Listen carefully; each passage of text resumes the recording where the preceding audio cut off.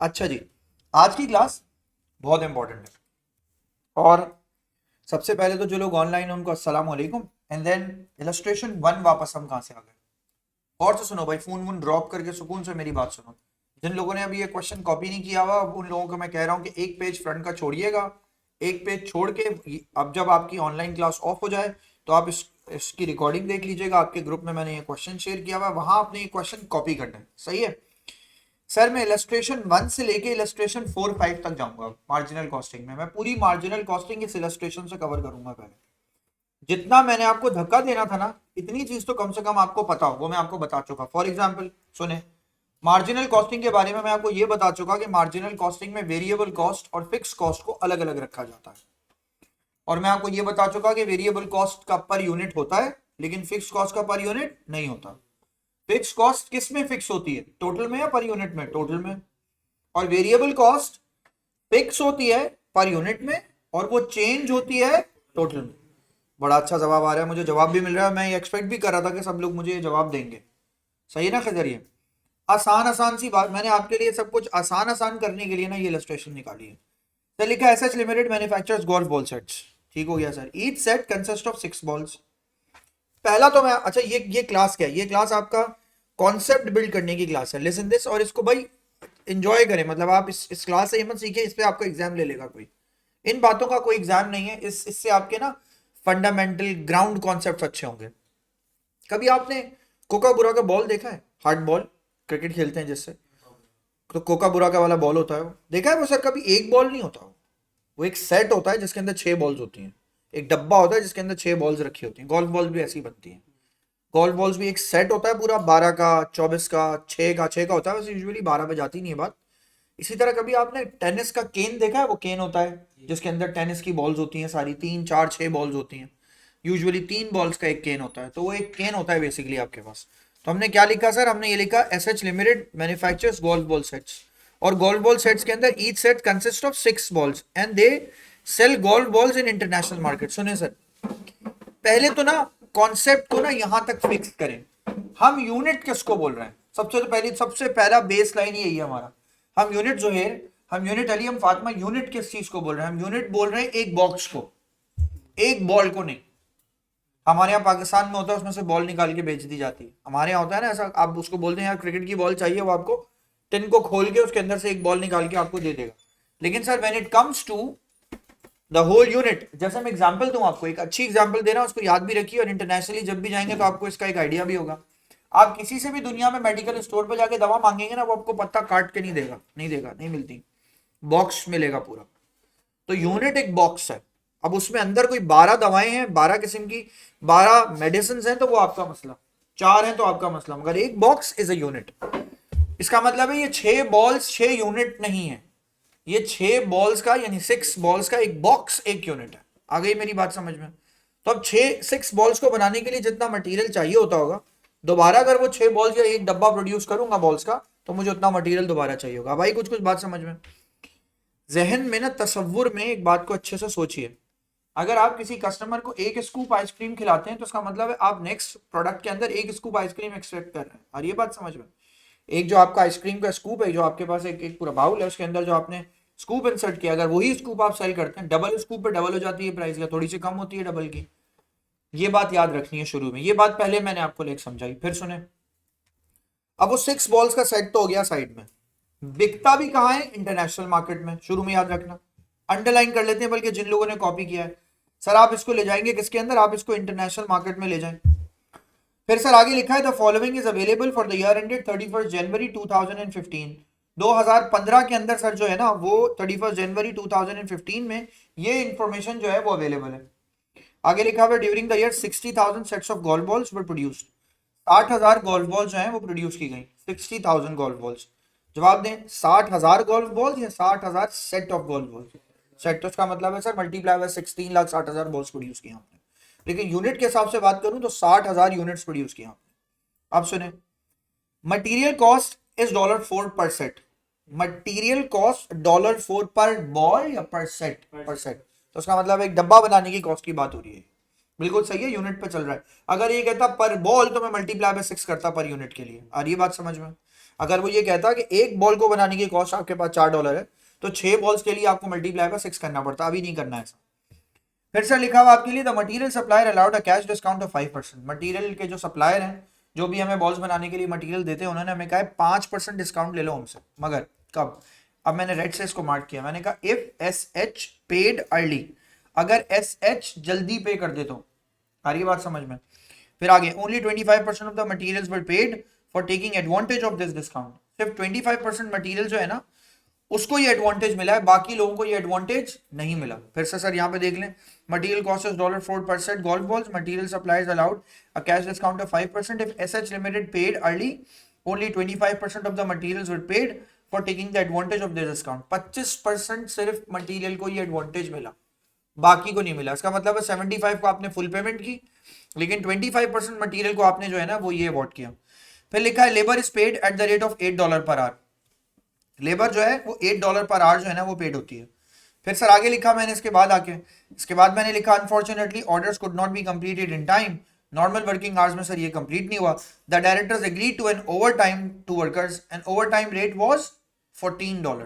फिर से पढ़ते हैं सर, लेबर को आपने पे किया है 1 घंटे के $8, 1 घंटे के। अब अगर 1 घंटे में फर्स्ट करो 2 यूनिट बनते हैं, तो 1 यूनिट को कितने आपने पे किए? 4। 2 यूनिट को कितने पे किए? 8 ना। 1 घंटे में अगर आप, मैं फिर से बोलता हूँ, शायद गलत बोल रहा हूँ मैं, शायद आप सही बोल रहे हैं। मैं कह रहा हूँ अगर 1 यूनिट को आप आधा घंटा लगाते हैं 1 यूनिट पे, तो जवाब दीजिए $8 अगर आप 1 घंटे के पैसे देते हैं तो 1 घंटे में कितने यूनिट बनवा लेते हैं? 2। तो 1 यूनिट की कॉस्ट कितनी है? 4। सही हो गया सर। आगे लिखा हुआ सर नॉर्मल वर्किंग आवर्स। लिखा है sir unfortunately the orders could not be completed in time. Normal working hours में ही कंप्लीट नहीं हुआ। The directors agreed to an overtime to workers and overtime rate was $14। $8 normal working hours है। एक और बात पता चली, ओवर टाइम के पैसे ज्यादा होते हैं। आपने 9 to 5 किसी को बुलाया हुआ और अब आपने 6 ऑनवर्ड्स ही काम कराना शुरू किया, तो आपके सर पैसे ज्यादा जाएंगे। सर उसके बाद आपके पास क्वेश्चन में गिवन है 5000 units were produced in overtime. Each golf ball set takes 15 minutes to make.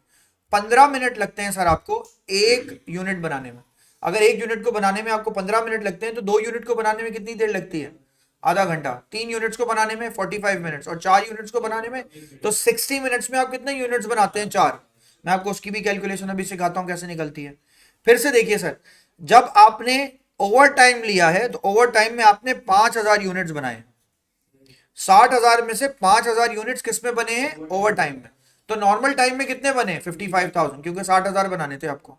फिर सर क्वेश्चन में चेक करें, उसके बाद क्वेश्चन में चेक करें सर आप आगे कि भाई जिसके मोबाइल है वो कमाल कर रहा है। सर सुने, यहाँ देखें सर, उसके बाद आपके पास क्वेश्चन गिवन है all the other manufacturing cost were fixed and amounted to 298,125। Sir ये इसकी फिक्स कॉस्ट है।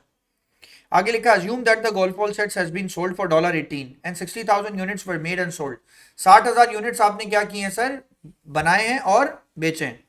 सर अब यहां से स्टार्ट लेते हैं, फिर से सुनिए sir. assume that golf ball sets 18 golf ball set has been sold for $18। $18 की आप इसकी सेलिंग प्राइस है, आप इसको $18 का सेल करते हैं और अज्यूम कर रहे हैं हम 60,000 यूनिट्स बना के हमने 60,000 यूनिट्स बेच दिए। सही हो गया? अब सुने सर, जरा काम की बात सुने। जिन लोगों ने ये क्वेश्चन कॉपी कर लिया है, सर आपको सबसे पहला काम किसी भी मार्जिनल कॉस्टिंग के क्वेश्चन में सबसे पहली चीज जो आपको समझ में आनी चाहिए वो आनी चाहिए सर मार्जिनल कॉस्टिंग की स्टेटमेंट। सर हेडिंग डालिए मार्जिनल कॉस्टिंग स्टेटमेंट। इसके बाद कुछ टाइम के बाद आप एब्जॉर्प्शन पढ़ेंगे तो फिर आप उसकी स्टेटमेंट पढ़ेंगे। सर मैंने लिखा मार्जिनल कॉस्टिंग की स्टेटमेंट। सर ये होती क्या है? ये प्रॉफिट निकलवाती है। सर मार्जिनल कॉस्टिंग की स्टेटमेंट की हेडिंग डालें, साथ साथ काम करेंगे सर। सबसे पहले शुरू करते हैं सर, मार्जिनल कॉस्टिंग की स्टेटमेंट को मैं 2 हिस्सों में स्प्लिट करके चलाता हूं ताकि आपको समझ में आए। सर पहली बात तो मुझे ये बताइए, मार्जिनल कॉस्टिंग की स्टेटमेंट क्या पर यूनिट में चल सकती है? यस। लेकिन सर कहां तक पर यूनिट में चल सकती है? कंट्रीब्यूशन मार्जिन पर यूनिट तक, क्योंकि फिक्स कॉस्ट क्या होगी? फिक्स, उसको पर यूनिट पे आप ट्रांसफॉर्म नहीं कर सकते। मैं अगर 1 यूनिट की स्टेटमेंट बनाऊं तो बनेगी नहीं ना पूरी। अब्दुल्ला सही कह रहा हूं ना मैं? 1 यूनिट की स्टेटमेंट नहीं बनेगी। सर क्यों नहीं बनेगी? क्योंकि 1 यूनिट के अंदर फिक्स कॉस्ट नहीं आ सकती। यूनिट फिक्स कॉस्ट हमेशा फिक्स कहाँ होती है? टोटल में। तो सर लेकिन फिर भी मैं आपको और मजीद अच्छा समझाने के लिए मैं सर इसको एक्सप्रेस कर रहा हूं 2 कॉलम्स में। 2 कॉलम्स क्यों? खैर मैं एक कॉलम के अंदर ये कह रहा हूं मैं 60,000 यूनिट्स की बात कर रहा हूं और दूसरे के अंदर मैं बात कर रहा हूं किसकी? दूसरे के अंदर मैं बात कर रहा हूं सर कितने की? 1 यूनिट की। 60,000 यूनिट्स और दूसरी बात मैं करता हूं सर कितने की? 1 यूनिट की। 1 यूनिट। अब मैं कहां तक 1 यूनिट पे जा सकूंगा, कहां तक मैं, थोड़ा कोने में बनाइएगा इसको जरा, ये जो मैंने 2 कॉलम्स लिए ना सर, इसको जरा कोने पे रख के बनाइएगा काम। अब सुनिए सर इसके आगे क्वेश्चन में, डायरेक्ट मटेरियल, दूसरी चीज हमारे पास क्या आएगी, डायरेक्ट लेबर। सर सबसे पहले आगे बात करते हैं डायरेक्ट मटेरियल पे, क्वेश्चन में देखते हैं सर जाके डायरेक्ट, पहले बल्कि डायरेक्ट मटेरियल पे बात करें यार, बल्कि ये सब मिटाओ, रुको मेरी बात सुनो, लिख लिया अभी क्या नहीं लिखा, रुक जाए मिटाएं उसको, मेरी बात सुने, स्टार्ट करते हैं सही से, आपको पूरा एक दफे काम कर रहा हूँ, दोबारा रिपीट ना करना पड़े। लिखिए सेल्स, स्टेटमेंट पूरी शुरू से स्टार्ट लेते हैं सर। सेल्स, सर सबसे पहले तो एक बात बताइए सर, आप ये यूनिट कितने का बेचेंगे, सर आप ये यूनिट बेचेंगे कितने का, 18 का। अभी मैंने देखे यहाँ पे भी 18 लिखा, मल्टीप्लाई बाय क्या किया, 60,000 यूनिट्स, लेकिन सर जब मैं पर यूनिट वाली कहानी आपको सुना रहा हूँ उसमें तो ये क्या आएगा, 18 लिख दिया सर मैंने, 18। सर अब देखिए सर 18 इंटू 60,000 कर दीजिए सर, आंसर बताइए क्या आ रहा है, आंसर निकालिए।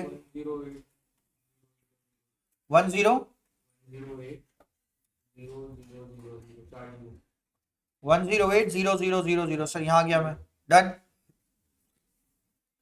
उसके बाद सर चेक करेंगे क्वेश्चन में, क्वेश्चन में आपके पास क्या आएगा, आप इसमें से लेस करेंगे, लेस करेंगे आके यहाँ क्या लिखेंगे, आके direct material. Sir direct material पे आ जाते हैं, क्या डायरेक्ट मटेरियल पे मुझे आना चाहिए या हेडिंग डालूं मैं, क्या हेडिंग क्या डालनी चाहिए मुझे सर, वेरिएबल कॉस्ट। सर क्यों वेरिएबल कॉस्ट, क्योंकि सर मार्जिनल कॉस्टिंग की स्टेटमेंट में वेरिएबल कॉस्ट का जिक्र होता है, वेरिएबल कॉस्ट माइनस करते हैं तो क्या आता है, तो आता है सर कंट्रीब्यूशन। आ रही है बात समझ में। तो मैं एक दफा ना आपको स्टेटमेंट बनवा के चेक करा रहा हूँ, क्या मैं लिख रहा था, मैं लिखना चाह रहा था डायरेक्ट मटेरियल, फिर मुझे याद आया नहीं यार डायरेक्ट मटेरियल नहीं, वेरिएबल कॉस्ट की हेडिंग होनी चाहिए। आ रही है बात समझ में, इससे बहुत अच्छी बातें क्लियर हो जाती हैं क्वेश्चन में करते करते। वेरिएबल कॉस्ट लिखा मैंने। अब सुनिए सर, वेरिएबल कॉस्ट का मेन इंग्रेडिएंट क्या होता है, डायरेक्ट मटेरियल। अब सही है, आप ये स्टेटमेंट सही जा रही है। अब डायरेक्ट मटेरियल पे जाते हैं सर, सर जवाब दीजिए, मैं क्या क्वेश्चन में। अब मुझे जरा बताइएगा सर, यहाँ देखिएगा सर, एक एक गोल्फ बॉल सेट आपको कितने की पड़ती है सर, एक गोल्फ बॉल सेट है सर कितने की, $4 की। सर लेकिन $4 की सारी नहीं पड़ी हुई है, क्वेश्चन कह रहा है आपको golf ball sets is like cost like $4, the supplier allowed a cash discount of 5% if SH paid the amount early, only 25% material were paid for taking the advantage of this। सुने यहाँ गौर से देखिए मैं क्या कर रहा हूँ। फिर पहले तो यहाँ देखिएगा, मैंने कहा सर मुझे $4 का एक यूनिट पड़ता है, $4 का एक यूनिट। अब मुझे जवाब दीजिए सर, क्या $4 का एक यूनिट पड़ता है, तो क्या मैंने सर 60,000 यूनिट बनाने की कहानी सोची थी, यस। मगर 60,000 में से सर जवाब दीजिए 75% को ये चीज अचीव हो पाई है ना, बाकी को तो 25% को तो डिस्काउंट मिल गया। तो क्या मैं ये कह सकता हूँ ये जो $4 है, इसके आगे मैं यहाँ पे एक टर्म लिखता हूँ सर, ये जो मेरा $4 है ये मेरे लिए सर क्या है, ये मेरे लिए विदाउट क्या है, विदाउट डिस्काउंट है। सर मैंने विदाउट डिस्काउंट को यहाँ रखा, मैंने सर ब्रैकेट क्लोज किया। सर जवाब दीजिए 4 इंटू 45,000, आंसर बताइए क्या आ रहा है, 45,000 मल्टीप्लाई बाय 4, 60 to 75, 45,000 हुआ ना, मल्टीप्लाई बाय 4 भी तो करो,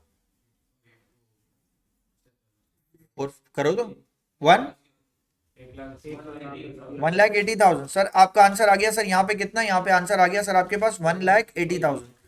सर अब जवाब दीजिए, लेकिन अभी भी बात कंफर्म नहीं की आपने सर, पर यूनिट में अभी भी क्या लिखूं,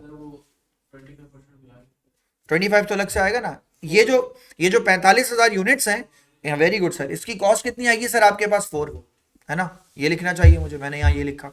मगर सर जवाब दीजिए क्या डायरेक्ट मटेरियल खत्म हो गया या अभी भी है, अभी भी है सर, डायरेक्ट मटेरियल है। अब सुने गड़बड़ क्या हो रही है, गड़बड़ सुने जो मेजोरिटी बच्चे गड़बड़ करते हैं।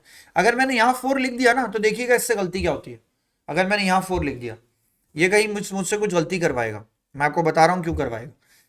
अब गौर से देखिए सर, दोबारा डीएम लिख रहा हूं मैं, क्यों डीएम लिख रहा हूं, अब सुने सर, मैंने लिखा 4 की बात कर रहे हैं हम यहाँ पे। अब ये 4 क्या है सुने, और फिर आपका ना कॉन्सेप्ट क्लियर होगा। मैं अगर आपको बोलूं कि ये 4 यहाँ से उड़ा दें तो उड़ा दें, लेकिन अभी लिखे रहे ताकि आपको थोड़ी सी गलती समझ में आए, फिर आप काट देंगे इसको, क्यों समझ में आएगी आपको बात। सर मैंने लिखा अब मैं क्या पे करने जा रहा हूँ, अब मैं पे करने जा रहा हूँ 4 है ना, लेकिन 4 नहीं, $4 पे मुझे कितने % डिस्काउंट दे रहा है वो 5। तो सर मैंने लिखा सर मल्टीप्लाई बाय सर मैं क्या कर दूं 95%, 95 सही है ना, $4 का 95% पे करूंगा, 5% डिस्काउंट मिल गया, 95% रह गया है ना। सर इसका आंसर बन गया 3.8, सही हो गया सर। मल्टीप्लाई करते हैं सर, अब इसको जवाब दीजिए, अगर 60 में से आपके पास 75% पे डिस्काउंट नहीं था तो कितने % पे डिस्काउंट आ गया, 25% पे। लेकिन अब जवाब दीजिए अगर ऊपर वाला विदाउट डिस्काउंट है, तो अब ये जो मैंने वैल्यू लिखी है ये क्या है सर, ये विद डिस्काउंट है। आ गई मेरी बात समझ में, अभी आपको मेरी बात समझ में आएगी, मैं 4 क्यों काटने जा रहा हूं। सर जरा मल्टीप्लाई करके इसका आंसर निकालिए। अब देखना मेरी बात सुनो, सब बच्चों गौर से सुनो, सारे जितने भी बच्चे ऑनलाइन हो ना बात को गौर से सुनो। सर मटेरियल की प्राइस ना $4 है ना 3.8 है। सर ये क्या बात कह रहे हैं आप, एवरेज जाएगा। मेरी बात समझे सर, मैं क्या कह रहा हूँ आपसे सर, ना वो 4 है ना वो 3.8 है। यानी मटेरियल की कॉस्ट आप ये कह आप तो ये कहोगे ना सर हमने 45,000 45,000 यूनिट्स के ऊपर 4 पे की और बाकी पे हमने 3.8 पे की, तो मैं आपसे पूछूं what is the cost of material per unit, आप क्या जवाब देंगे? बोलेंगे 45 के लिए वो और 15 के लिए ये। नहीं हो सकता ऐसा।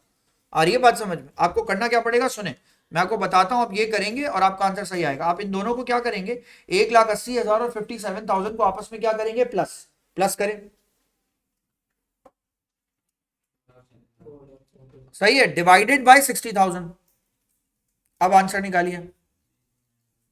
3.95 मेरा मटेरियल है, ना 3.8 है ना 4 है। आ गई मेरी बात समझ में? इसका मतलब है मटेरियल हमेशा किस पे चल रहा है, एक एवरेज पे।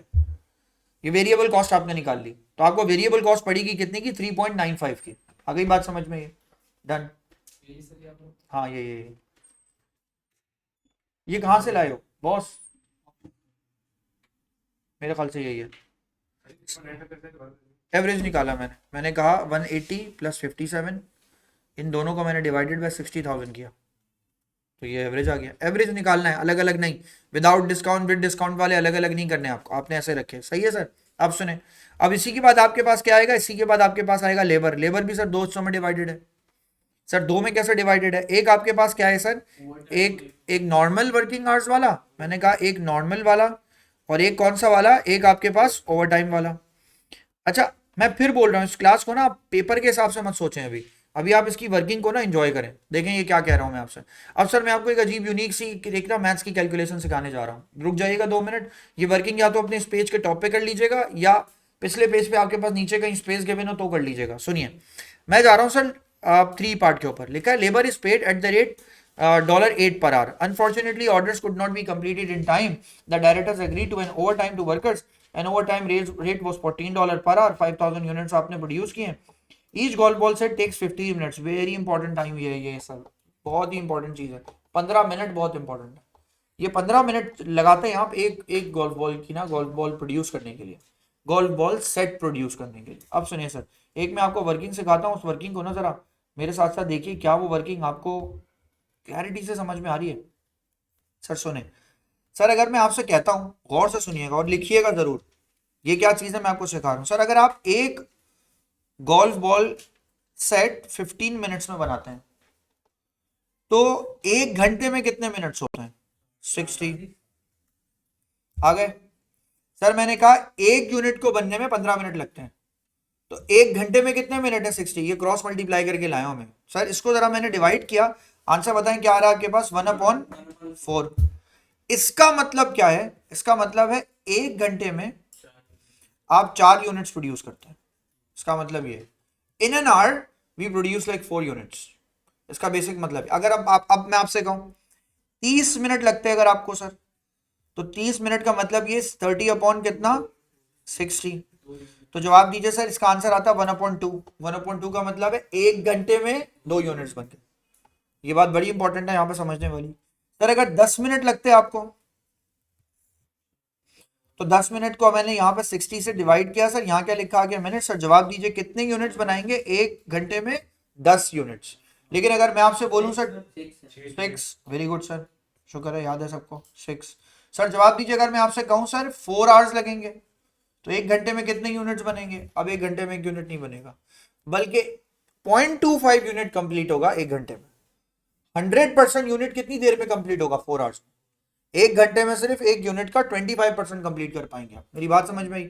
जैसे ही आप 1 घंटे से ज्यादा वाली कैलकुलेशन पे जा रहे हैं तो मल्टीप्लाई हो रहा है, और जैसे ही आप 1 घंटे से कम वाली कैलकुलेशन पे ये डिवाइड हो रहा है। आ रही है मेरी बात को समझ में? अभी आप बताइए, अभी क्वेश्चन में क्या गिवन है, 15 मिनट में कितने यूनिट? एक।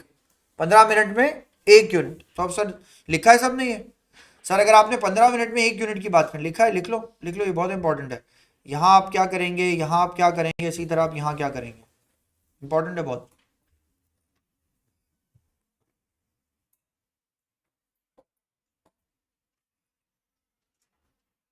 यानी सीधी बात बोलूं 4 आवर्स पर यूनिट को किसी से मल्टीप्लाई करने की जरूरत नहीं, लेकिन 30 मिनट्स को मल्टीप्लाई डिवाइड करने की जरूरत है, क्योंकि आप लेबर को आर्ली रेट पे करते हैं। 4 आवर्स एक यूनिट को बनाने में लगते हैं, तो एक आवर के जितने पैसे देते हैं मल्टीप्लाई कर देंगे उसको। लेकिन अब सुने, मुश्किल वाली बात मैं अब यहाँ पे लिख रहा हूँ, सुनिए, यहाँ गया मैं वापसी। वेरिएबल कॉस्ट में दूसरी चीज क्या आती है सर? डीएल आता है ना। डीएल हर डायरेक्ट कॉस्ट वेरिएबल कॉस्ट होती है, राइट। अब जरा डीएल की बात समझिएगा। नॉर्मली आप हर बंदे को कितना पे करते हैं बताइए? 8। ओवर टाइम आप नॉर्मली हर बंदे को कितना पे करते हैं? 14। तो ये लिखा ना मैंने। लेकिन क्या $8 दे के 1 यूनिट लेते हैं या $8 दे के 4 यूनिट लेते हैं? 4। 15 मिनट में 1 यूनिट बनता है। अगर 15 मिनट में 1 यूनिट बनता है तो इसका मतलब है मल्टीप्लाई पर 15 अपॉन क्या कर देंगे आप? 60। तो 1 घंटे में 4 यूनिट। नहीं नहीं, हर दफा में ये टाइम कभी नहीं चेंज होता, टाइम कभी नहीं चेंज होता। यहां देखो आगे, टाइम कभी नहीं चेंज हो रहा। Each golf ball set takes like 15 minutes to build, 15 minute. अब सर जवाब दें, यहां देखें तो सर इसका मतलब है, जवाब दें अब मुझे। सर इसका आंसर आपके पास क्या आया? इसका आंसर आपके पास आया 2। लेकिन सर जवाब दीजिए, इसका आंसर आपके पास 15/60 का क्या आया सर? क्या आया सर इसका आंसर? निकालिए।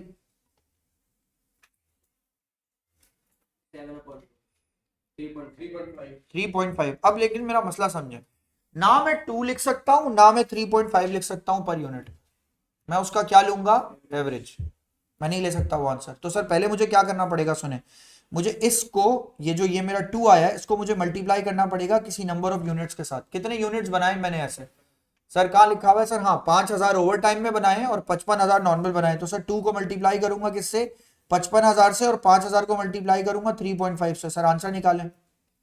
इसका आंसर 1,10,000 आ गया। इसका आंसर चेक करें सर, क्वेश्चन किसका? 17,500 सर इसका आंसर आ गया। सर ये दोनों आंसर्स मैंने यहाँ पे रखे। सर इन दोनों आंसर्स को मैंने टोटल किया, डिवाइडेड बाय क्या किया? 60,000 यूनिट्स। डिवाइड कीजिए सर, आंसर निकालिए। इन दोनों को प्लस करें, 1,10,000 प्लस 17,500, सही है 11375 127500 डिवाइडेड बाय 60,000। आंसर क्या आ रहा है सर? इसका आंसर आ गया 2.125। सर ये आंसर आ गया सर, मैंने यहाँ एक लाइन ड्रॉ की। सुनिए सर, अब अगर आपसे कोई पूछे कंट्रीब्यूशन मार्जिन पर यूनिट निकाल दो, तो आप निकाल सकते हैं। अब बाकी कोई वेरिएबल कॉस्ट है नहीं, लेकिन अगर आपसे कोई कहे कि सर कंट्रीब्यूशन निकाल दो, तो कंट्रीब्यूशन किन किन चीजों को आप टोटल करके निकालेंगे? इन दोनों का टोटल निकालेंगे तो कंट्रीब्यूशन आएगा, और सर इन सब का टोटल निकालेंगे तो भी कंट्रीब्यूशन आएगा। कंट्रीब्यूशन टोटल में भी आता है और पर यूनिट में भी आता है। सर जरा आंसर निकालिए। पहले वाले का सीएम क्या आ रहा है? 3256 पॉइंट। आंसर निकालिएगा इसका।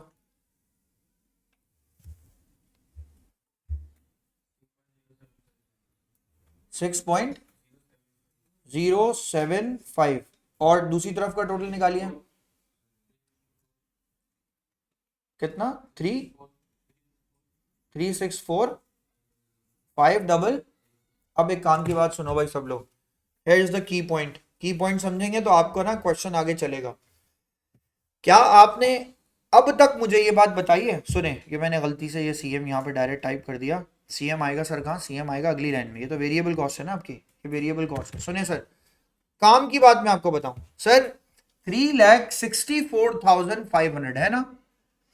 3,64,500 को जरा 60,000 से डिवाइड करो।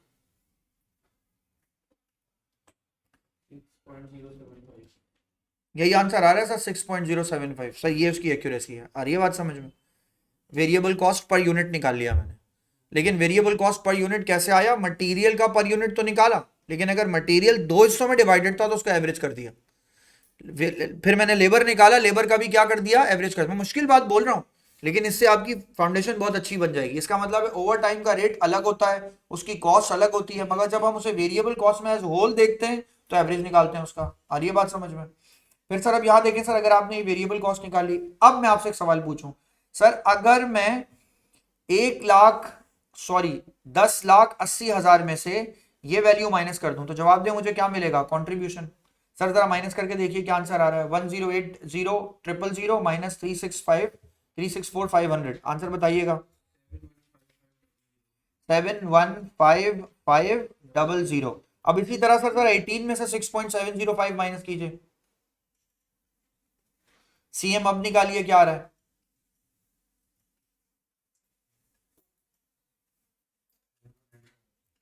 11.925 सर, ये आपके पास कंट्रीब्यूशन आ गया, तो अब आपने ये कंट्रीब्यूशन निकाला। सर फिर बताओ सीखा क्या? अगर एक डायरेक्ट मटेरियल पे कुछ डिस्काउंट और कुछ विदाउट डिस्काउंट है तो दोनों को हमें क्या करना होगा? हाँ, एवरेज, एवरेज पे काम होता है सर। डन है फातिमा, यहाँ तक काम कर लिया। सर अगर आपने ये कंट्रीब्यूशन मार्जिन निकाल लिया तो जवाब दीजिए कंट्रीब्यूशन मार्जिन के बाद आप उसमें से क्या माइनस करेंगे? Fix cost. अब सुने सर, पर यूनिट में क्योंकि फिक्स कॉस्ट होती नहीं है तो अब स्टेटमेंट यहाँ तो खत्म हो गई आगे। अब इसकी स्टेटमेंट तो मैं आगे नहीं बढ़ा सकता, लेकिन हाँ क्वेश्चन में जो फिक्स कॉस्ट मेरे पास गिवन है वो फिक्स कॉस्ट मेरे पास कितनी गिवन है सर? 298,125। तो सर मैं यहाँ दूसरी तरफ आके लिखूंगा, यहाँ लिखूंगा आगे टोटल में 298,125। सर इसको माइनस कर देंगे, फिर सर आंसर निकलेगा आपका। आंसर बताइए।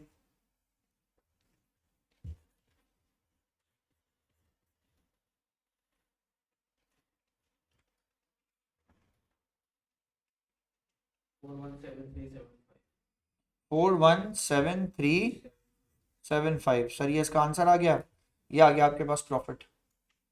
सही है सर, ये प्रॉफिट मैंने यहाँ तक इसका कैलकुलेट कर लिया। अब दोबारा से बोलिए सर, मुझे मैं आपसे दोबारा सवाल पूछ रहा हूँ, आसान आसान चीजें पूछ रहा हूँ। सेलिंग प्राइस पर यूनिट होती है? Yes. Variable cost per unit होता है? यस। तो डायरेक्ट मटेरियल पर यूनिट होता है? Yes. Direct labour per unit होता है? Yes.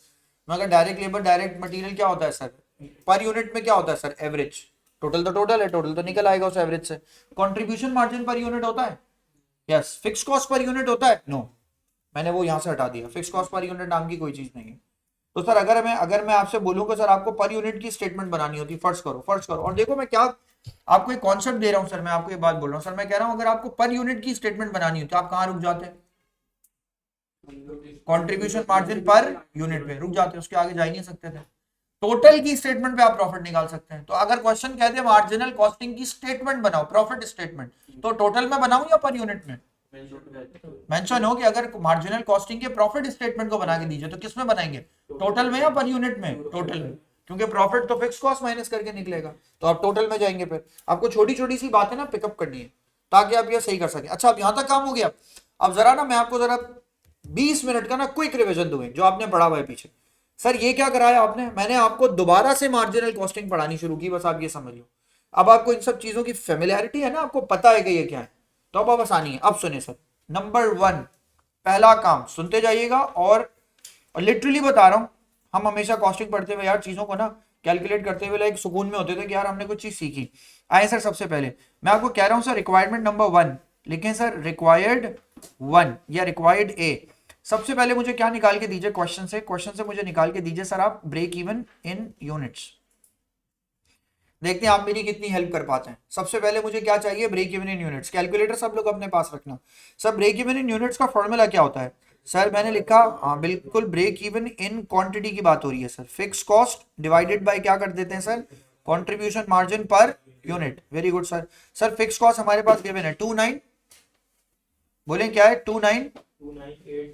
125 sir, divided by contribution margin per unit. अब मैं गया वापसी sir, contribution margin per unit कितना है सर? 11.925। सर 11.925 से उसको डिवाइड कर दीजिए, 11.925 से सर डिवाइड कर दीजिए।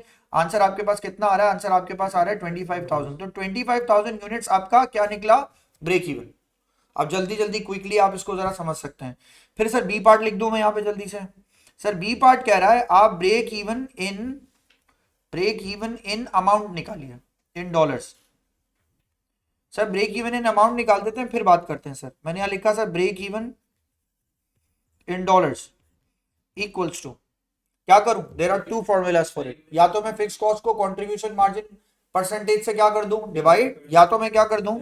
या तो मैं sir break even in units को, ब्रेक इवन इन क्वांटिटी को मल्टीप्लाई बाय क्या कर दूं?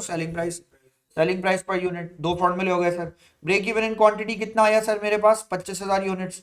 एक यूनिट को मैं कितने का बेच रहा हूं? एक यूनिट को मैं 18 का बेच रहा हूं। तो सर चेक करें ब्रेक इवन इन वॉल्यूम क्या बना?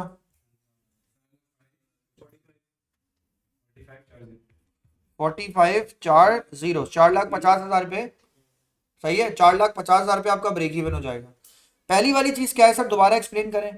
पहली वाली चीज है सर आपके लिए, पहली वाली है ब्रेक इवन इन यूनिट्स, दूसरा वाला आपके लिए ब्रेक इवन इन अमाउंट। इसमें फर्क है। चलें सर, ये दोनों काम अगर आपने कर लिए तो कॉपी कर लें। फिर एक और काम आपको सिखाऊं सर, फिर आखिर में आपको एक नया काम सिखाऊंगा, पहले तो ये दो काम कर लें सर। अब मुझे क्या निकालना है, मुझे निकालना है मार्जिन ऑफ सेफ्टी। मैंने लिखा सर अब तीसरा काम आप आते हैं किसके लिए, मार्जिन ऑफ सेफ्टी के लिए। और मैं आपसे कहता हूं if 30,000 units are produced and sold,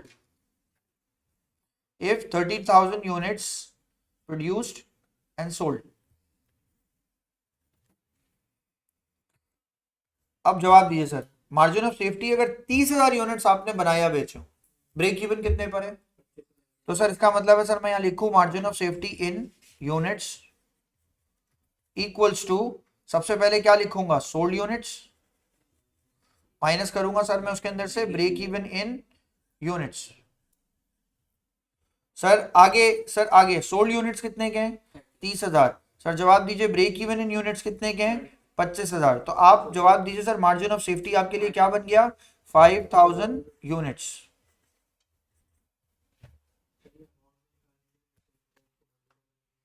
amount में निकालूंगा मैं, बिल्कुल निकालूंगा सर। मैं कहूंगा सर अब आपने क्या करना है, अब आपने निकालना है sir margin of safety in dollars,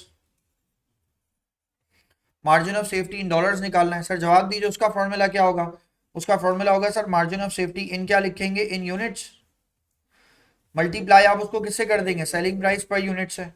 margin of safety in units कितने के सर आपके पास, 5,000, मल्टीप्लाई बाय आप उसको क्या कर देंगे, selling price per unit. Selling price per unit कितना है, 18, 90,000 आ गया सर इसका आंसर। अब आपको आज की क्लास में एक नई चीज सिखा के भेज रहा हूं, यहां तक आप काम कर लें, कैलकुलेटर साइड में रखें, मैं आपको एक इक्वेशन सिखा रहा हूं, मेरी बात सुने। अब एक आपको एक नई चीज सिखा रहा हूं, सुने। स्टेटमेंट तो समझ में आई, पहले तो एक बात बताओ, मार्जिनल कॉस्टिंग की स्टेटमेंट समझ में आई? क्या प्रॉफिट पर यूनिट पे निकल सकता है? नहीं, प्रॉफिट के लिए मुझे उस स्टेटमेंट को किस पे रखना पड़ेगा, टोटल पे। और अगर पर यूनिट पे बात करूंगा तो पर यूनिट कहां जाके रुक जाएगा, कंट्रीब्यूशन पे, उससे आगे है नहीं, उससे आगे की कहानी नहीं है। अब सुने सर, अगर आपने यहां तक का काम कर लिया तो अब देखें मैं आपको एक नई चीज आज की क्लास में सिखाऊं, कम से कम पूरा भी रिवीजन ना हो, कुछ तो आप सीखें। सर एक और भी cost volume and profit analysis का काम होता है, वो क्या होता है सर, आपको क्या निकालना होता है, टारगेट प्रॉफिट। हेडिंग डालिए सर टारगेट प्रॉफिट। मैं आपको जरा टारगेट प्रॉफिट सिखाऊं। कंपनी जो कमाना चाहती है, वो जो कंपनी कमाना चाहती है वो क्या फॉर्मूला यूज करे कि उसे पता चल जाए कि मेरा प्रॉफिट इतना आएगा। कोई कंपनी कुछ कमाना चाह रही है, अब सुने सर। सर पहली बात एक बात बताइए, मार्जिनल कॉस्टिंग की इक्वेशन क्या है, आर क्यू माइनस क्या, वी सी क्यू माइनस क्या, एफ सी इक्वल्स टू क्या, पी। तो सर जवाब दीजिए, अगर यहां मैं प्रॉफिट को 0 कर देता हूं तो ब्रेक इवन हो जाता है, लेकिन अगर मैं इस प्रॉफिट को गिवन दे दूं, ये प्रॉफिट मैं कह रहा हूं, ये प्रॉफिट हो, गिवन हो कितना प्रॉफिट कमाना, तो इक्वेशन ये नहीं सेटल हो जाएगी। लेकिन अगर प्रॉफिट हो तो पिछली इक्वेशन में से, जो कि उसकी लेफ्ट हैंड साइड है आपके लिए, उसमें से कोई एक चीज ही गायब हो सकती है, बस एक कोई चीज। तो अब देखें थोड़ी देर में मैं आपको क्या बता रहा हूं। टारगेट प्रॉफिट आपको निकालना है, लेकिन टारगेट प्रॉफिट आपको किस में निकालना है, इन यूनिट्स। इन यूनिट्स का मतलब ये है कि इन क्या, इन क्वांटिटी, क्यू की बात हो रही है ना। अब क्यू के लिए देखें, मैं उसी फॉर्मूले को एक्सटेंड करने जा रहा हूं। सर मैंने कहा R Q minus V C Q equals to fix cost plus P. Sir सही किया मैंने, मुझे बताएं खुद, मैंने सही किया गलत किया है? सर क्या किया मैंने, सर मैंने सिर्फ फिक्स कॉस्ट को दूसरी तरफ मूव किया है, बस कर दिया। सर प्रॉफिट हटा देते हैं, बेटा प्रॉफिट हटा दूंगा तो ब्रेक इवन हो जाएगा। मैंने कॉस्ट को उस साइड पे मूव कर दिया, फिक्स कॉस्ट को। इक्वेशन थी ना लेफ्ट हैंड साइड से राइट हैंड साइड ले आया, वो पहले प्लस में थी, माइनस में थी, अब किस में चली गई, प्लस में। बस मैंने ये किया। अब सुने सर, मैं इन दोनों में से अगर फर्ज करें क्यू को कॉमन ले लूं, अगर मैं यहां जो मेरे पास ये सब लिखा हुआ है, फर्ज करें मैं इसमें से क्यू को क्या कर दूं, कॉमन। अगर क्यू को कॉमन कर दूं, जवाब दें क्यू यहीं आ गया, और आर क्या हो गया, पर यूनिट, माइनस कर दिया वीसी क्या हो गया आपके लिए, पर यूनिट। सर मैंने इसको क्लोज किया, यहां क्या बन गया सर, एफ सी प्लस क्या हो गया, P. Way P is something, 25,000, 30,000, 40,000, कुछ भी अजम्पशन है मेरी। प्रॉफिट होगा तो ब्रेक इवन क्रॉस हुआ होगा ना। पहले तो मुझे एक बात बताओ, अगर प्रॉफिट है तो ब्रेक इवन तो क्रॉस हो चुका, ब्रेक इवन से ज्यादा यूनिट्स बनाने पड़ेंगे ना आपको। तो अजम्पशन मेरी ये कि फिक्स कॉस्ट कवर हो गई, फिक्स कॉस्ट भी कवर हो जाए और प्रॉफिट भी निकाल ले वो। आ रही है बात समझ में? सर ये आपने आर के साथ पीयू क्यों लगा दिया भाई, जब मैंने क्वांटिटी से उसे हटा दिया तो सेलिंग प्राइस पर यूनिट में रह गई। सर अब जवाब दीजिए, क्यू को मैंने यही रखा, अब जवाब दीजिए आर क्यू, जब आर पी हो गया तो सीएम भी क्या आ गया, पी। ऐसे ही हुआ ना सर, रेवेन्यू में से जब वेरिएबल कॉस्ट को माइनस करेंगे तो क्या बच जाएगा आपके लिए, contribution margin per unit. Sir equals to, sir मैंने यहाँ लिखा एफ सी प्लस क्या करूंगा इसके अंदर पी डिवाइडेड बाय, मैं उसको क्या कर दूंगा सर, मैं उसको डिवाइडेड बाय अब करने जा रहा हूं, अभी तो कुछ भी नहीं चले ऐसे ही छोड़ देता हूं। फिर सुने सर क्यू को मैंने यहीं छोड़ दिया, अब जवाब दीजिए अब क्या करूंगा, अब करूंगा सर एफ सी प्लस क्या करूंगा पी डिवाइडेड बाय, मैं क्या करूंगा सर इसके अंदर डिवाइडेड बाय, मैं इसके अंदर करूंगा sir contribution margin per unit, right. Sir अब जवाब दीजिए, क्यू एक तरफ हो गया, अब टारगेट क्या है मेरा, सुने उस क्वांटिटी के ऊपर या इस क्वांटिटी के ऊपर वो एरिया वो क्वांटिटी बताइए जिसपे आपकी फिक्स कॉस्ट भी निकल आए और सर जवाब दीजिए आपका प्रॉफिट भी निकल आए। मेरी बात समझ में आई सर, जरा इस फॉर्मूले को देखें, इस फॉर्मूले को याद करना कोई मुश्किल थोड़ी है। ब्रेक इवन का क्या फॉर्मूला है, फिक्स कॉस्ट डिवाइडेड बाय क्या, कंट्रीब्यूशन मार्जिन पर यूनिट। आपने फिक्स कॉस्ट में सिर्फ क्या प्लस किया है, प्रॉफिट, टारगेट प्रॉफिट हो गया वो। आ रही है बात समझ, आपने सिर्फ टारगेट प्रॉफिट निकाल लिया उसको, बात समझे। अब सुने ऐसे ऐसे खाली बात नहीं होगी, कोई क्वेश्चन होगा, क्वेश्चन देखें आप सर, मैंने कहा ना एक ही इलस्ट्रेशन से मैं सारे काम कराऊंगा आपको। सुने सर अब मैंने एक सी पार्ट निकाला, लिखें sir if company wishes to make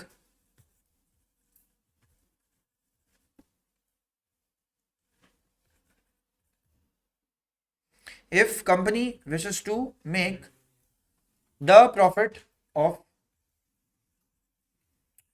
$3,000, 3,000 profit कमाना चाहती है कंपनी, $3,000। तो सर जवाब दें $3,000 कमाने के लिए जो प्रॉफिट का फॉर्मूला आप रखेंगे वो बताएं, वो आप क्या रखेंगे, क्या रखना चाहिए, फिर बोलो Q इक्वल्स टू, बोलो जब तक बोलोगे नहीं याद नहीं होगा, fix cost plus profit divided by क्या करेंगे सर इसको, कंट्रीब्यूशन मार्जिन पर यूनिट। हमेशा मैं कह रहा हूं fix cost plus profit divided by contribution margin per unit से आपको आपका टारगेट प्रॉफिट पता चलेगा। सर जवाब दीजिए, अभी ये जो मैंने क्वेश्चन आपको इलस्ट्रेशन कराए जा रहा हूं उसमें फिक्स कॉस्ट कितनी है, 298,125, ऐसा ही है ना सर, 298,125 में आपको प्रॉफिट कितना चाहिए सर, आपको प्रॉफिट चाहिए 3,000। सर प्रॉफिट को डिवाइडेड बाय क्या कर दीजिए आप, प्रॉफिट को डिवाइडेड बाय कर दीजिए contribution margin per unit. Sir जरा आंसर निकालिए क्यू का, क्यू का आंसर निकालिएगा सर।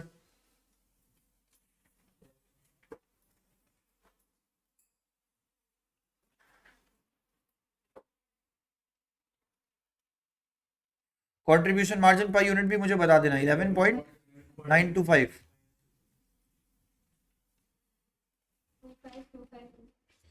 क्या आंसर आ रहा है सर, 2521। कोई पॉइंट्स में आ रहा है, हाँ तो अगर पॉइंट है तो आप पॉइंट को क्या कर देंगे सर 2, तो इसका मतलब है आप 25,252 यूनिट्स बना लें तो आपको क्या हो जाएगा सर, आपको इतना क्या प्रॉफिट आ जाएगा। आ रही है बात समझ में, हाँ एग्जैक्ट नहीं आ रहा ना, सही है एग्जैक्ट नहीं आ रहा। अब सुनिए सर जरा सा क्वेश्चन चेंज करता हूं, इस क्वांटिटी पर मैं कह रहा हूं इस क्वांटिटी के ऊपर कितने का प्रॉफिट मिलेगा सर, प्रॉफिट आपको मिलेगा 3,000 का। अब जरा मैं ट्विस्ट कर रहा हूं बात को, सुने मैं कह रहा हूं वो क्वांटिटी बताइए, या बल्कि मैं ये कहूं, मैं आपसे सवाल पूछूं 28,000 पर कितना प्रॉफिट मिलेगा, तो भी इस इक्वेशन से निकाल सकते हैं हम। अच्छा 28,000 पर कितना प्रॉफिट मिलेगा, अब जरा मैं यहां देखता हूं और मैं आपको ये दोनों बातें एक्सप्लेन करूं। सर मैंने लिखा फर्ज करें मैं इसका डी पार्ट करने जा रहा हूं सॉल्व, तो डी पार्ट देखें पहले, मैं कह रहा हूं 28,000 यूनिट के ऊपर 28,000 यूनिट के ऊपर क्वेश्चन कह रहा है आपसे कि आप प्रॉफिट क्या बनाएंगे, ये बताइए। कोई मुश्किल बात नहीं सर। सर सबसे पहले क्या लिखेंगे सर, कंट्रीब्यूशन मार्जिन क्या होता है, क्वांटिटी माइनस करते हैं सर उसके अंदर से फिक्स कॉस्ट, तो आपके पास क्या आता है, प्रॉफिट। ये इक्वेशन बताओ समझ में आई। रेवेन्यू में से मैंने क्या माइनस किया, वेरिएबल कॉस्ट, तो क्या बच गया, कंट्रीब्यूशन। कंट्रीब्यूशन में से मैंने क्या माइनस किया, फिक्स कॉस्ट, तो क्या बच गया, प्रॉफिट। तो सीएमक्यू माइनस एफसी से भी प्रॉफिट आएगा। तो सर सीएम कितने का है, सीएम है सर 11.925, आ गया 925। अब जवाब दो 925 क्वांटिटी कितनी है सर, मुझे नहीं पता, या पता है, क्वांटिटी पता है सर 28,000, इस बार पता है सर, मैंने यहाँ लिखा आ गया 28,000 आ गया। अब देखना मैं आपको यही मोल्ड करके दिखाता हूँ टारगेट प्रॉफिट में, माइनस करूंगा 298,125। सर जवाब दीजिए प्रॉफिट कितना है, 35,775। सर इतना प्रॉफिट आपको सर बनेगा इस लेवल पे। आ रही है मेरी बात समझ में, देख लो चेक कर लो, सही है 35,775 ही है, पहले चेक कर लो सही है। अब सर मैं आपसे सवाल करूं, सुने यहां तक काम कर लिया, डन, टारगेट प्रॉफिट आ गया।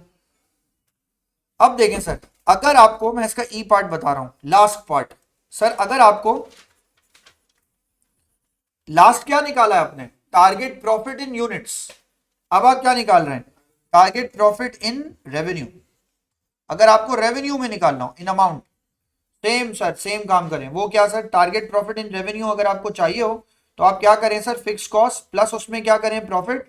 जैसे कंट्रीब्यूशन मार्जिन को किसमें कन्वर्ट कर लेते हैं, contribution margin to sales ratio में, सीएम परसेंटेज में, तो आप इसको भी डिवाइडेड बाय क्या कर देंगे, पर यूनिट के बजाय इसमें यहाँ क्या रख देंगे, कंट्रीब्यूशन मार्जिन की परसेंटेज। आ रही है मेरी बात समझ में, अभी बता रहा हूं आपको, मल्टीप्लाई बाय इसको क्या कर देंगे सर आप 100, इससे क्या निकलेगा, इससे निकलेगा आपके पास टारगेट प्रॉफिट इन क्या, इन रेवेन्यू। अब कंट्रीब्यूशन मार्जिन परसेंटेज कैसे निकलती है, सुने सर, कंट्रीब्यूशन मार्जिन परसेंटेज निकलती है, या इसका मतलब ये होता है, कंट्रीब्यूशन टू परसेंटेज का मतलब ये होता है CM upon sales, contribution to sales ratio multiply by 100। Contribution कितना है आपका सर, कंट्रीब्यूशन है 11.925, अपॉन क्या कर देंगे सर आप इसको, अपॉन कर देंगे सर आप 18, मल्टीप्लाई बाय क्या कर देंगे सर आप इसको 100। सर पहले इसका आंसर निकालिए, परसेंटेज कितनी आ रही है, और उस परसेंटेज को कैलकुलेटर से डिलीट मत कीजिएगा, इसका आंसर निकालने पहले 11.925 डिवाइडेड बाय 18, जो आ रही है उसको रख लीजिए। बच्चे बोल रहे हैं मुझे यहाँ 62.75 आ रही है, सही है, दोबारा चेक करें, 11.925 डिवाइडेड बाय 18, हाँ 66.25 सर, इसका आंसर आ रहा है 66.25, सही है, यहाँ सबका आंसर भी यही है। आंसर क्या आ रहा है, अब ये कैलकुलेटर से उड़ाइएगा मत, बिल्कुल मत उड़ाइएगा, fix cost plus profit, fix cost और plus profit. Sir fix cost कितनी है 298125 प्लस प्रॉफिट कितना चाहते हो भाई, प्रॉफिट चाहते हो आप सर 35,775, राइट, डिवाइडेड बाय क्या 66.25, 66.25 सर, जरा आंसर निकालिए, क्या आंसर आ रहा है 5040, और मल्टीप्लाई बाय 100, क्योंकि वो 100 से डिवाइड हो रहा है, 100 से मल्टीप्लाई करेंगे, यहाँ पे 2 जीरोस बढ़ जाएंगे, ऐसा ही है ना सर, वो डिवाइड करने में उससे 100 कैंसिल कर रहा है वो। सर 5,04,000 का रेवेन्यू अगर जनरेट करूंगा, मैं रिपीट कर रहा हूं, 5,04,000 का रेवेन्यू जनरेट करूंगा, तो सर प्रॉफिट कितना आएगा सर मेरे पास 53,775। आ रही है मेरी बात समझ में, इतना मैं सर प्रॉफिट जनरेट कर पाऊंगा अगर मैं सर इतना रेवेन्यू जनरेट करूंगा। तो सर आज की क्लास तक हम यहाँ तक पहुंचते पहुंचते, अब सुने, हाँ बोले बोले, नहीं तो 60, अगर तुम 66.25% रख के डिवाइड करो तो परसेंटेज वापस मल्टीप्लाई भी तो करोगे, वो तो डिवाइड होने में फिर रूल ऊपर चला गया ना मैथ्स का, या तो यहाँ पे 100 मत रखो तो वो सही आंसर दे देगा, वरना वहां रख रहे हो तो वो नीचे डिवाइड कर दे रहा है उसको। सर अब सुने, ये टारगेट प्रॉफिट तक अब हम आ गए, अब मैं आपको बता रहा हूँ पता है क्या, अब हम कोई भी डिसीजन मेकिंग के क्वेश्चन कर सकते हैं। अब हम स्टार्ट लेंगे नेक्स्ट क्लास से, पता है कि हमने मार्जिनल कॉस्टिंग तक का काम किया, अब हम क्या लेंगे, अब हम मेक एंड बाई के डिसीजन पे काम करेंगे, एक स्पेशल ऑर्डर पे काम करेंगे और एक लिमिटिंग फैक्टर पे काम करेंगे। आपका अच्छा खासा मेजर एरिया ना मार्जिनल कॉस्टिंग का कवर होता है यहाँ पे, बाकी तो सारी प्रैक्टिस की कहानी है, लेकिन मार्जिनल कॉस्टिंग में जो मेजर बात है ना, मार्जिनल कॉस्टिंग समझाने की, वो क्या है सुनो, मार्जिनल कॉस्टिंग कहती है रेवेन्यू पर यूनिट और वेरिएबल कॉस्ट पर यूनिट को माइनस करोगे तो क्या मिलेगा, कंट्रीब्यूशन मार्जिन पर यूनिट। तो कंट्रीब्यूशन मार्जिन पर यूनिट कब आता है, जब आप वेरिएबल कॉस्ट को सही से आइडेंटिफाई करते हैं। वेरिएबल कॉस्ट किन किन चीजों पर डिपेंडेंट होती है, तमाम variable cost per. Variable cost की क्वालिटी ये होती है कि वेरिएबल कॉस्ट को आप नंबर ऑफ यूनिट से डिवाइड करें, वेरिएबल कॉस्ट पर यूनिट में हमेशा क्या होती है, fix. Direct material per unit में क्या होगा, fix. Direct labour per unit में क्या होगी, fix. Variable overheads of production क्या होंगे पर यूनिट में, फिक्स। वेरिएबल सेलिंग एक्सपेंसेस भी क्या होंगे, फिक्स। जहां वेरिएबल है वहां पर यूनिट में चीजें फिक्स है, लेकिन जहां फिक्स कॉस्ट है वहां पर यूनिट का कोई तस्वर नहीं है। फिक्स कॉस्ट कहां पे फिक्स है, फिक्स कॉस्ट टोटल में फिक्स है। आ रही है मेरी बात समझ में। तो सर अगर आप इन सब चीजों को ध्यान में रखें, अब आप वो 4 डिसीजन पढ़ेंगे। पहले क्या, make and buy, make and buy के साथ क्या पढ़ेंगे, स्पेशल ऑर्डर, फिर आप क्या पढ़ेंगे, लिमिटिंग फैक्टर। ये 3 हो गए। चौथा यही है basically, target profit, break even निकालना और इस सब का काम करना। और ये बात समझ में, मैंने आपको ना आहिस्ता आहिस्ता करके बस सिर्फ ये समझाने की कोशिश की अब तक।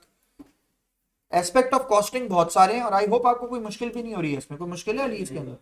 सर मैं आहिस्ता आहिस्ता करके आपको थोड़ा थोड़ा करके इसलिए समझाता हूँ ताकि आप इसको समझ के फिर ग्रेजुअली आगे बढ़े, रादर देन मैं आपके ऊपर सारी कहानी डाल दूं। चले भाई नेक्स्ट क्लास में मिलते हैं सर। और इस क्लास की मैं रिकॉर्डिंग अपलोड कर दूंगा, जो नहीं देख पाए वो दोबारा इसको कवर करें। नबिया मैं प्लेलिस्ट अभी कंप्लीट कर दूंगा आज ही, आज में 8 बजे से पहले आपको मिल जाएगी नबिया, ठीक है। बस मैं आज थोड़ा सा फिक्स हो गया इधर उधर कहीं। चले भाई, अल्लाह हाफिज, थैंक यू।